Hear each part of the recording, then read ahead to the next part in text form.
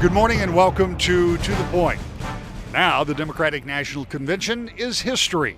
As we arrived here in Philadelphia, this was supposed to be the convention of unity. But as it started, it was anything but. News broke over the weekend about hacked and leaked email that seemed to prove Bernie Sanders' point that at least some at the Democratic National Committee were on board with Hillary Clinton and working to discredit Sanders. Congresswoman Debbie Wasserman Schultz resigned from her position as DNC chair, later taking herself completely out of the convention that she had been helping plan for 2 years. But that didn't put the concerns and anger of Sanders supporters to rest. I talked with Michigan GOP Chair Brandon Dillon and Congressman Dan Kildee about the email dust-up. The email WikiLeaks over the weekend have changed the course, at least for the chairman of the National Committee. What does that do to this convention? Well, I think the convention's is going to be actually really unifying. You know, we had a situation with the chair. That's been resolved, and we'll see tonight Senator Sanders, First Lady Michelle Obama talking about the things that Hillary Clinton's going to do for this country that are in stark contrast with what Donald Trump said at the Republican convention last week. I think Debbie Wasserman Schultz, for example, my colleague in Congress, stepping down from the DNC chairmanship, she did the right thing. Obviously, the behavior that some staff got involved with was not acceptable. She took responsibility, and she's moving on so that is not a distraction. But a distraction is exactly what it became, with Sanders supporters demonstrating Monday night on the convention floor, even after the candidate himself sent text messages asking them not to. That led to the natural question for the Michigan delegation, which had some ardent Sanders supporters. How do you bring all of your delegation together after a pretty spirited primary in Michigan? Well, I think what we've tried to do in Michigan is make sure that everybody has a voice, that the primary was, that the party was extremely neutral in the primary. Senator Sanders won in Michigan, and that was, I think, a testament to the competitiveness of the overall contest. But, you know, I think people are going to come together. The prospect of a Donald Trump presidency and the fact that we are going to talk about actual issues, ideas, and a positive agenda will get the vast majority of people on board for November. That may be, but the reaction of the delegation when Sanders' name was mentioned at their first meeting was resounding. So now that it's all done, you still have a lot of Sanders delegates and you have a lot of Clinton delegates in this delegation. How do you bring them all together and make nice? I think we focus on the things that unite us, and there are much more of those than divide us. I am so glad that Bernie ran. I really am.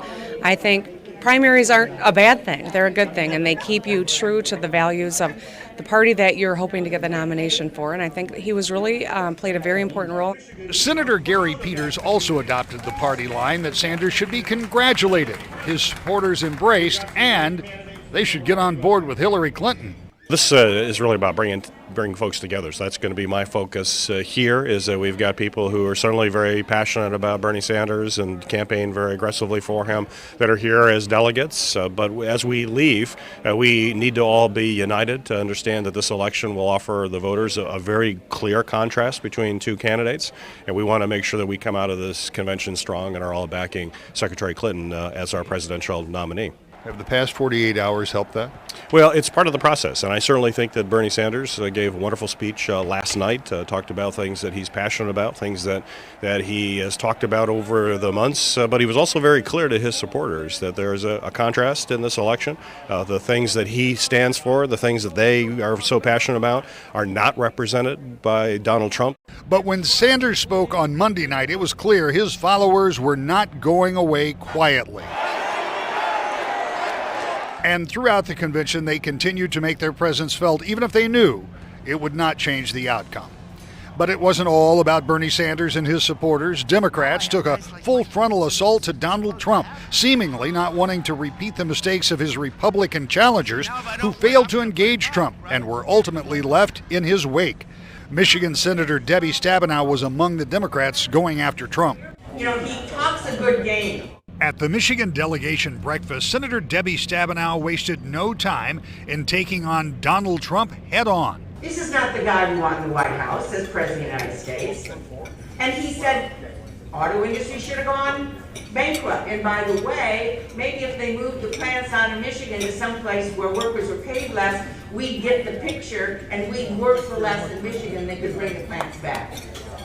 That is not the vision for us. Later, she talked to me about why she is so adamant that Trump is wrong for Michigan. From my perspective, this is a guy who's a con man and a salesman, but can't back it up when he's making all his products in 11 countries around the world, paying people poverty wages, and then saying he's not making his suits and ties in America because American workers make too much.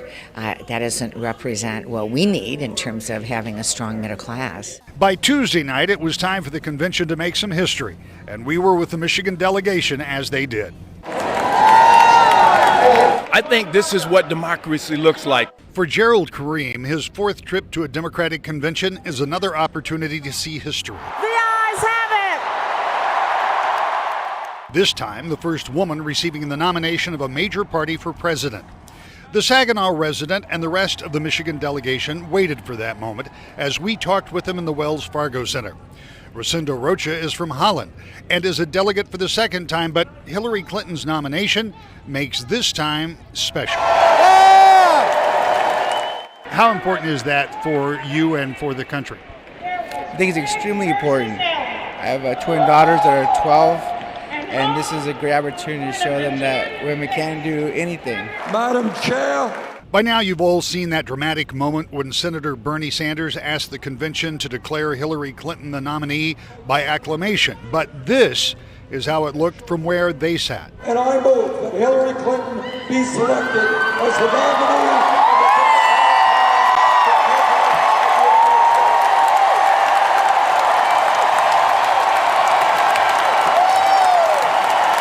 Still, for all of the excitement of the moment, the effort to bring some Sanders supporters on board still seems like an uphill fight.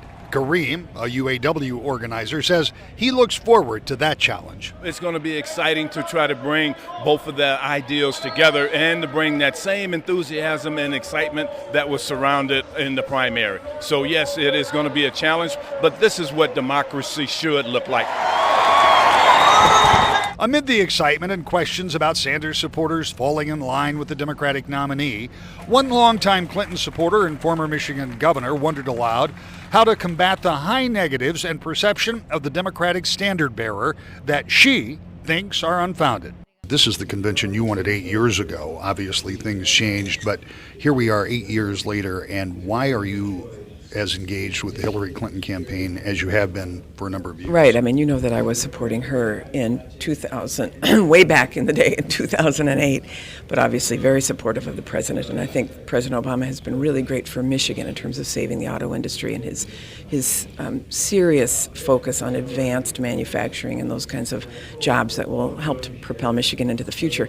Hillary Clinton has been a friend for a long time, and I'm very it upsets me when people who don't know her say all these terrible things about her. It upsets me to see the poll numbers in terms of trustworthiness, because I know her, and I know what went on behind her thinking regarding the email. I know that she is there to make a difference for real people. She's not there for some other reason. The following nights of the convention included big-name politicians like former President Bill Clinton speaking on his wife's behalf, President Obama and Vice President Biden. But the main event on Wednesday was the big stage debut of Vice Presidential candidate Senator Tim Kaine. But not before his two Michigan colleagues weighed in on him as what they see as a good choice for the position. Tell me about Tim Kaine. You've served with him. He's not a household name, right, but Senator Kaine is somebody that is well known within the ranks of the Senate. Right. You know, I love Tim Kaine. From a policy standpoint, he's one of our great thought leaders on national security. He is very much someone who believes and Americans have a fair shot to be successful. What I also love about him is that he has an incredible spirit. You know, this is somebody who leads the bipartisan prayer breakfast and was a missionary in Honduras. He's a guy that you'd love to have a cup of coffee with, down to earth, in it for all the right reasons, but incredibly smart. As a campaigner, vice presidential candidates are very often asked to be the watchdog. Is he going to play that role? Well, I think he's going to paint very clear contrast. Yes, absolutely. And Tim's certainly capable of doing that, and he can talk in a way that everybody can relate to. And more importantly, I mean, he just talks from his heart. He's as authentic as you can be. Then it was Kane's big moment. For every American who wants our country to be a beloved community where people aren't demeaned because of who they are, but rather respected for their contributions to this nation, and for all of us who know that the brightest future for our country is the one that we build together, and for my friend Hillary Clinton, I humbly accept my party's nomination to be Vice President of the United States. Finally, it was a time that Hillary Clinton had waited for 8 years. Some would suggest many more, when she accepted the nomination for President of the United States. That's next when we come back to The Point. Welcome back to The Point. The tickets are now set. Donald Trump and Hillary Clinton will do battle all the way to November. But before the general election could begin, it was Hillary Clinton's turn to accept the nomination and lay out her vision for America. America needs every one of us to lend our energy, our talents, our ambition to making our nation better and stronger. I believe that with all my heart. That's why Stronger Together is not just a lesson from our history. It's not just a slogan for our campaign.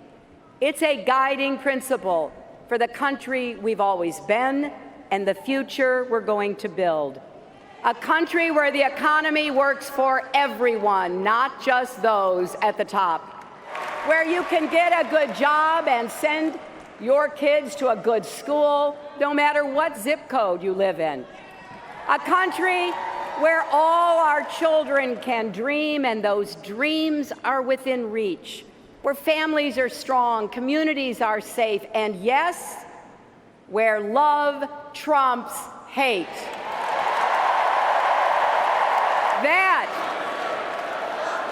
That's the country we're fighting for. That's the future we're working toward. And so, my friends, it is with humility, determination, and boundless confidence in America's promise that I accept your nomination for President of the United States.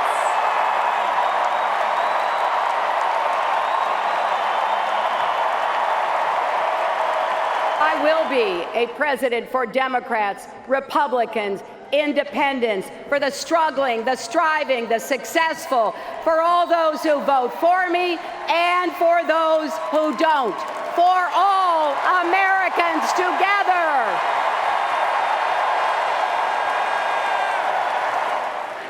Tonight, we've reached a milestone in our nation's march toward a more perfect union.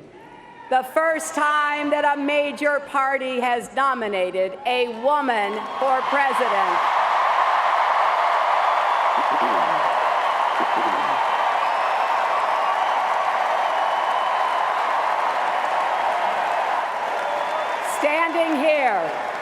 Standing here as my mother's daughter and my daughter's mother, I'm so happy this day has come. I'm happy for grandmothers and little girls and everyone in between.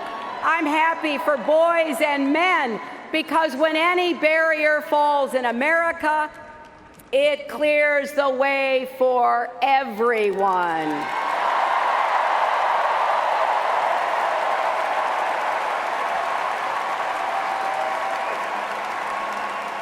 After all, when there are no ceilings, the sky's the limit.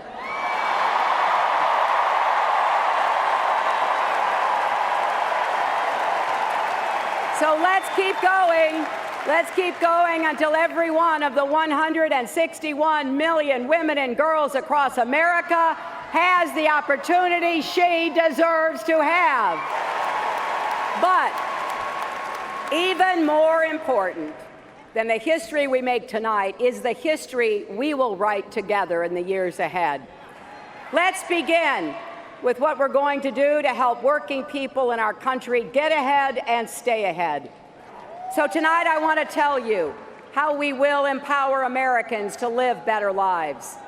My primary mission as president will be to create more opportunity and more good jobs with rising wages right here in the United States.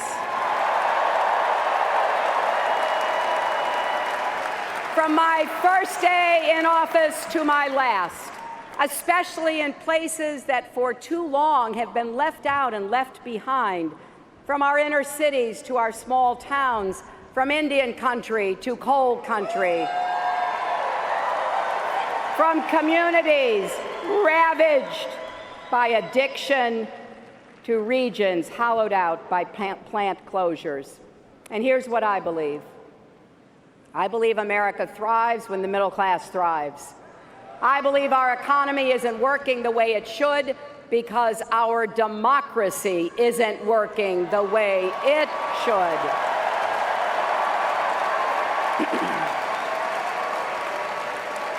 That's why we need to appoint Supreme Court justices who will get money out of politics and expand voting rights, not restrict them.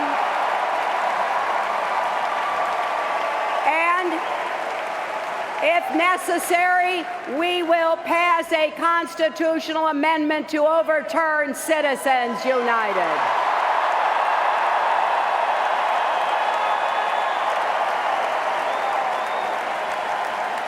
I believe American corporations that have gotten so much from our country should be just as patriotic in return. Many of them are, but too many aren't.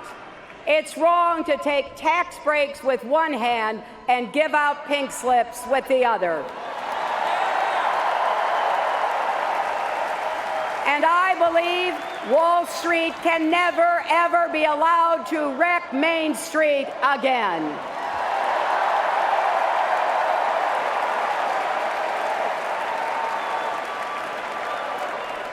And I believe in science.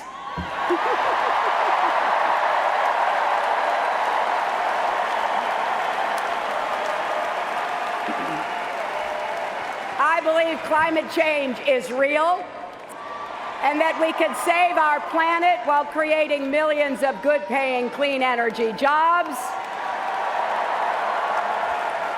I believe that when we have millions of hard-working immigrants contributing to our economy, it would be self-defeating and inhumane to try to kick them out.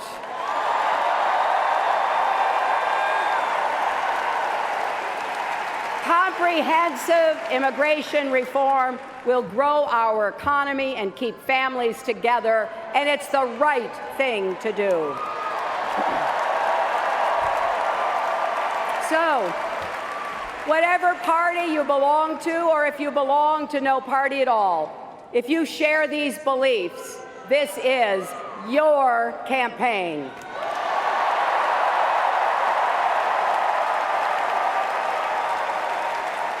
If you believe that companies should share profits, not pad executive bonuses, join us. If you believe the minimum wage should be a living wage and no one working full-time should have to raise their children in poverty, join us. If you believe that every man, woman, and child in America has the right to affordable health care, join us. If you believe that we should say no to unfair trade deals, that we should stand up to China, that we should support our steel workers and auto workers and homegrown manufacturers, then join us. If you believe we should expand Social Security and protect a woman's right to make her own health care decisions, then join us. And yes, if you believe that your working mother, wife, sister, or daughter deserves equal pay. Join us.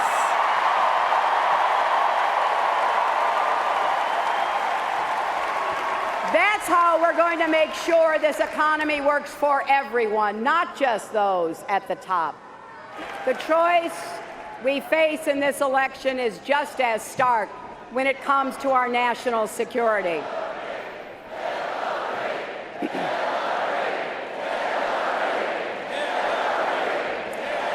You know, anyone reading the news can see the threats and turbulence we face, from Baghdad to Kabul to Nice and Paris and Brussels, from San Bernardino to Orlando. We're dealing with determined enemies that must be defeated. So it's no wonder that people are anxious and looking for reassurance, looking for steady leadership, wanting a leader who understands we are stronger when we work with our allies around the world and care for our veterans here at home.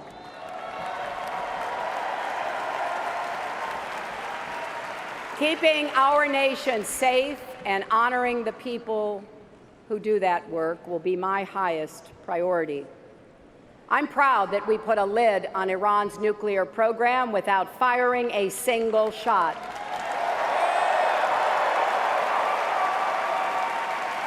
Now we have to enforce it, and we must keep supporting Israel's security.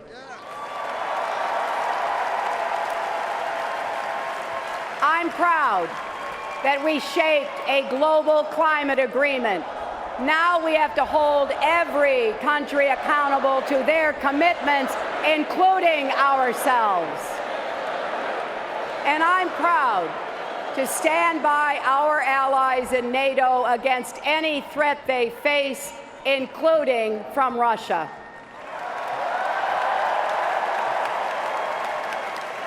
I've laid out my strategy for defeating ISIS. We will strike their sanctuaries from the air and support local forces taking them out on the ground. We will surge our intelligence so we detect and prevent attacks before they happen. We will disrupt their efforts online to reach and radicalize young people in our country. It won't be easy or quick, but make no mistake, we will prevail. We will defend all our rights, civil rights, human rights, and voting rights, women's rights and workers' rights, LGBT rights, and the rights of people with disabilities. And we will stand up against mean and divisive rhetoric wherever it comes from. You know, for the past year, many people made the mistake of laughing off Donald Trump's comments, excusing him as an entertainer just putting on a show.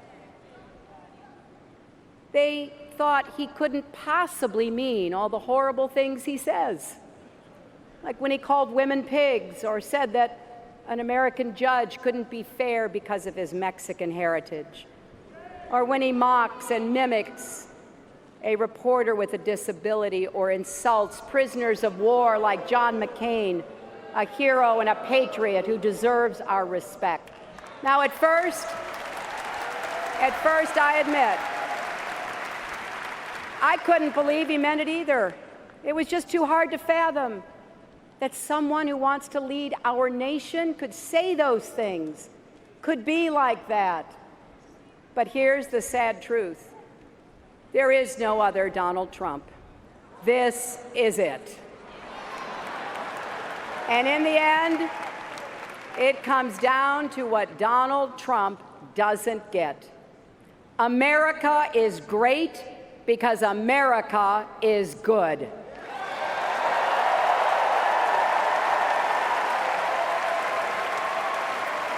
So, enough with the bigotry and the bombast. Donald Trump's not offering real change. He's offering empty promises. And what are we offering? A bold agenda to improve the lives of people across our country, to keep you safe, to get you good jobs, to give your kids the opportunities they deserve. The choice is clear, my friends. So now the race is on, and we'll be following it all the way through November. And we're back with more To the Point in just a moment. For the past 2 weeks, we have watched the process of the party nominations up close and personal. First in Cleveland and finally here in Philadelphia. Now the tickets are set. It's Donald Trump versus Hillary Clinton.